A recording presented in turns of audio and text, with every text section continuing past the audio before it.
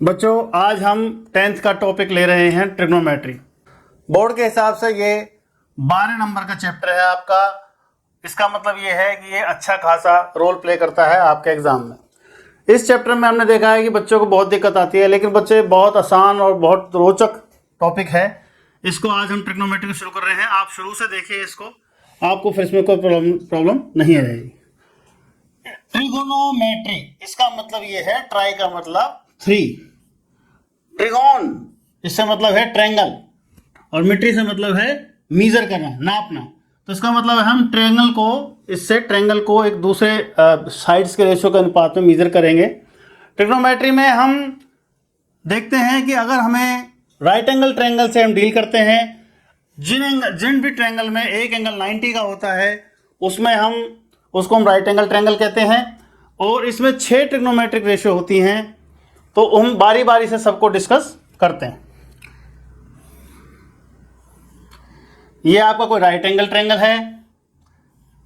सबसे पहले तो आप देखिए, ये जो नोटेशन है 90 के एंगल का नोटेशन है। अगर यहां चौकोर को निशान लगा है, इसको हम 90 का एंगल बोलते हैं। हम इसमें जिन जिन चीजों का यूज करते हैं, सबसे ज्यादा यूज होता है पाइथागोरस थ्योरम। जिन बच्चों को नहीं पता है, ठीक है, नहीं पता बता देते। पाइथागोरस थ्योरम क्या होती है? हाइपोटेन्यूज का square equal to base square plus perpendicular square. Hypotenuse क्या होता है? 90 के एंगल के सामने वाली साइड को हम हाइपोटेन्यूज कहते हैं। बच्चों, हमें मालूम है कि हम किसी भी ट्रायंगल में सबसे बड़े एंगल के सामने वाली भुजा सबसे बड़ी होती है। जितना बड़ा एंगल होगा उसके सामने वाली साइड उतनी ही बड़ी होगी। इस कंसेप्ट को हम लेके चलते हैं। तो इस ट्रायंगल में हम देखते हैं AC square is equal to AB square plus BC square. अगर हमें बेस निकालना है तो हम इनको इधर उधर करके निकाल सकते हैं। जैसे base square is equal to hypotenuse square minus perpendicular square. अगर हमें परपेंडिकुलर निकालना है तो perpendicular square is equal to hypotenuse square minus base square. इस थ्योरम का यूज, ये बहुत इंपॉर्टेंट थ्योरम है, जगह जगह होता है और ट्रिग्नोमेट्री में तो इसका बहुत यूज है। इसलिए इसको हम रिजल्ट को हमेशा हम याद रखेंगे। दूसरी बातें जो याद रखने लायक हैं, जगह जगह जिसमें बच्चे दिक्कत करते हैं, थीटा एंगल का यूज होता है। थीटा हम लिख देते हैं तो बच्चे सोचते हैं पता नहीं क्या लिख दिया। थीटा 0 को ऐसे काट के बना देते हैं थीटा एक तरह से एक नोटेशन है, ABCD ही समझ सकते हैं आप, उसको डरने की जरूरत नहीं है। ये हमारे यूनानी भाषा का एक नोटेशन है, साइन है। अब इसमें हम ट्रिग्नोमेट्री में इसके रेशो, साइड्स के रेशो को डिस्कशन करते हैं। क्या क्या होते हैं? सबसे पहले होता है साइन थीटा। इसमें 6 हमारे अनुपात होते हैं। जैसे साइन थीटा, साइन C। जो भी हम एंगल लेंगे, जैसे इसमें C लिखा है तो इसका मतलब C जो है, C को एंगल को मेजर कर रहे हैं, सो थीटा भी लिख सकते हैं हम। तो उसके सामने वाली भुजा हमको लेनी है लंब, और उसके साथ वाली भुजा लेनी है हमको आधार। जैसे साइन C बराबर होगा लंब बटे कर्ण। इसका मतलब ये कि लंब AB बटे AC। लेकिन अगर मैं कहता हूं साइन A, तो ये भी लंब बटे कर्ण तो है, लेकिन इसको कहूंगा BC बटे AC। जो हम एंगल ले रहे हैं उसके सामने वाली साइड को हम लंब कंसीडर करेंगे, लंब मानेंगे। ऐसे ही cos A बराबर हमारा आधार बटे कर्ण होता है। तो हमने cos A लिया है तो इसका मतलब AB बटे AC।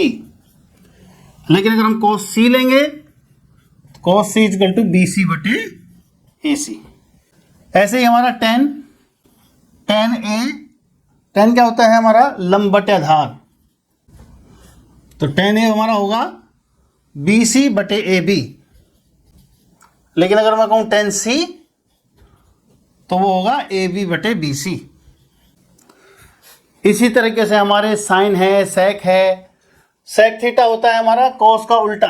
जैसे हम कहते हैं सेक थीटा, वो हमारा cos का उल्टा था, 1/cos। तो इसको हम लिख सकते हैं उल्टा। सेक होगा हमारा कर्ण बटे आधार, यानी कि अगर cos हमारा 4/5 है तो सेक हो जाएगा 5/4, उल्टा कर देना हमें। ऐसे ही cos x c ये हमारा साइन का उल्टा होता है, that is cosec C is equal to कर्ण बटे लंब। ऐसे ही हमारा कोट है, कोट हमारा टेन का उल्टा होता है, तो ये हो जाएगा cot C is equal to आधार बटे लंब। इस तरीके से कुछ हमारे बेसिक्स हैं। अब कुछ और फॉर्मूले भी इसके हम डिस्कस करते हैं बच्चों। जैसे पाइथागोरस थ्योरम से हम जानते थे कि A C square is equal to A B square plus B C square. अब इससे हम कुछ फॉर्मूला ड्राइव करते हैं, दोनों तरफ आप ए सी स्क्वायर से डिवाइड कर दीजिए, तो ए सी स्क्वायर बटे A C square is equal to A B square बटे ए सी स्क्वायर और बी सी स्क्वायर बटे ए सी स्क्वायर। यहाँ पे कट के आ गया, एक आ गया। ए बी बटे ए सी, ए बी बटे ए सी क्या होता है? ये होता है आपका साइन थीटा, यानी कि आपका आ गया साइन स्क्वायर सी। ये आ गया B C upon A C, B C upon A C, ये आ गया कॉस स्क्वायर सी। तो sin square C plus cos square C is equal to 1। एक फार्मूला हमारा ये बनता है। कहीं कहीं पर इसकी जगह थीटा भी लिख देते हैं, जैसे हमने थीटा लिख दिया तो sin square theta plus cos square theta is equal to 1। एक ही बात है, दोनों बातें बिल्कुल सेम है। ऐसे ही साइन स्क्वायर थीटा निकालना हो तो एक घटा कॉस स्क्वायर थीटा, और हमें अगर कॉस स्क्वायर थीटा निकालना हो तो एक घटा साइन स्क्वायर थीटा। ये देखने में हमें 3 फार्मूले नजर आ रहे हैं, लेकिन इसी से बनी हैं दोनों। तो अगर आप एक याद करते हैं तो आपको तीनों याद हो जाएंगे। ऐसे ही हम एक बार बी सी स्क्वायर से डिवाइड कर देंगे, एक बार ए बी स्क्वायर से डिवाइड कर देंगे। जैसे हमने A C square is equal to A B square plus B C square है, इस बार आप ऑप्शन बी सी स्क्वायर से भाग कर दीजिए।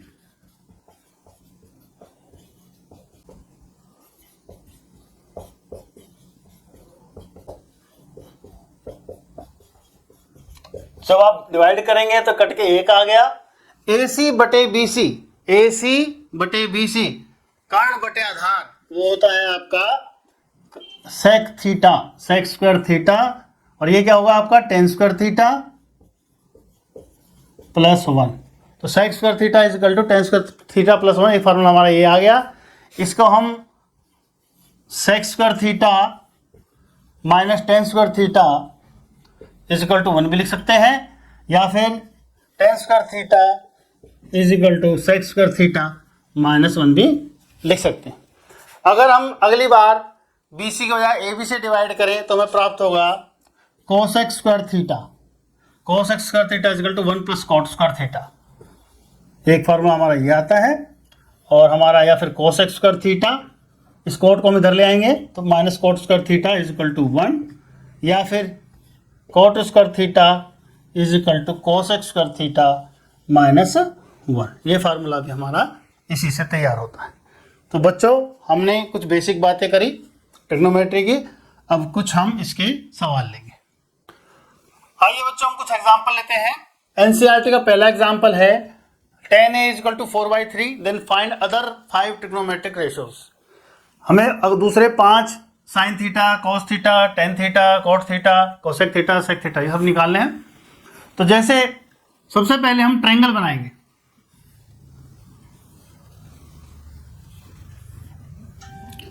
tan a, इसका मतलब ये है कि जो 90 का एंगल है वो a पर नहीं है, b और c हम कुछ भी ले सकते हैं, लेकिन a को हम 90 नहीं लेंगे। तो a b c ये हमारा 90 का एंगल है। tan a इक्वल टू 4/3, ये 4 लंब हो गया 4, यानी perpendicular equal to 4, and base यानी कि आधार इक्वल टू 3। ये रेशो दिया है तो बहुत सी बुक्स में के भी लिखा है साथ में। वैसे तो के लिखना चाहिए, लेकिन आप नहीं लिखेंगे तो भी कोई बात नहीं है, आंसर हमारा तब भी आएगा, वैसे का वैसे ही आएगा, आप चाहे लिखें चाहे ना लिखें। सबसे पहले पाइथागोरस थ्योरम का यूज करते हुए A C square is equal to A B square plus B C square. A C square is equal to A B square plus B C square. A B square हमारा कितना है, वो है 3, B C 4, तो A C square is equal to 9 + 16 AC square is equal to 25। तो यानी AC हमारा आ गया, स्क्वायर रूट कीजिए इसका, 25, यानी कि 5 हमारा आ गया, प्लस माइनस 5 हमारा आता है, ये हमारा AC आता है, लेकिन माइनस हम लेंगे नहीं, साइड कभी माइनस में होती नहीं, तो हमारा 5 आ गया। अब जैसे हमें निकालना साइन ए, साइन ए क्या होता है हमारा, परपेंडिकुलर अपॉन हाइपोटेन्यूज, यानी कि लंब बटे कर्ण, तो BC अपॉन AC, BC कितना है, BC हमारा 4, AC कितना है 5। ऐसे ही कॉस ए, आधार यानी कि AB बटे AC, बेस अपॉन हाइपोटेन्यूज, आधार बटे कर्ण, तो ये आ गया 3/5। ऐसे ही हमारा tan ए हमारा दिया हुआ है, तो cot ए निकालेंगे तो tan का उल्टा कर दीजिए, tan हमारा 4/3 है, तो ये 3/4 हो गया हमारा। cosec ए वो साइन का उल्टा होता है, तो 5/4 हो गया। ऐसे ही sec ए निकालेंगे हम, वो 5/3 हो गया। एक क्वेश्चन आपको होमवर्क में देते हैं, if sin A is equal to 3/4, तो cos ए और tan ए फाइंड आउट कीजिए, निकालिए, cos और tan ए की वैल्यू निकालिए, क्या होंगे। ये आपका होमवर्क है, बाकी सम्स हम नेक्स्ट क्लास में लेंगे।